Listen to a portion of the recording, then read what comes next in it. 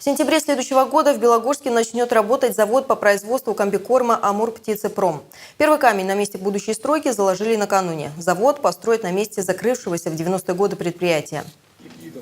К работам здесь планируют приступить уже сегодня. Завод будет выпускать высококачественный комбикорм. В первую очередь продукции должны обеспечить Никольскую птицефабрику. Планируется также экспорт по Дальнему Востоку и России.